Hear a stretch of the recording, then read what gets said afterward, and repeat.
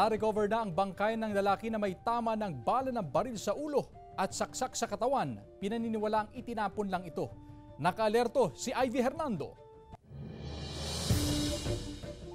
Duguan ng matagpuan ang bangkay ng lalaking ito sa damuhan sa gilid ng kalsada sa Barangay Lungog, Narvacan, Ilocos Sur, umaga ng July 28. Nakasuot ng gray polo shirt at basketball short ang lalaki na tinatayang 5'7" ang taas. Base sa itsura lang ma'am, may talagang duguan po siya. Kaya saka may nakikitang isang parang stab wound. We wait until the SOCO came, then found out that there a gunshot wound at the head.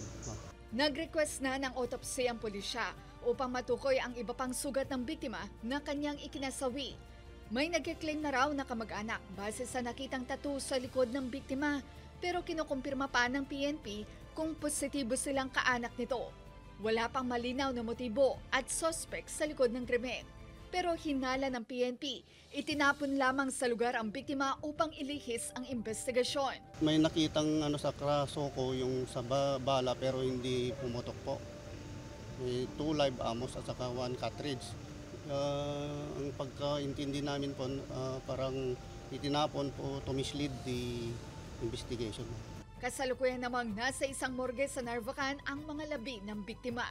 Kasama si Norman Raca, Ivy Hernando, One North Central Luzon.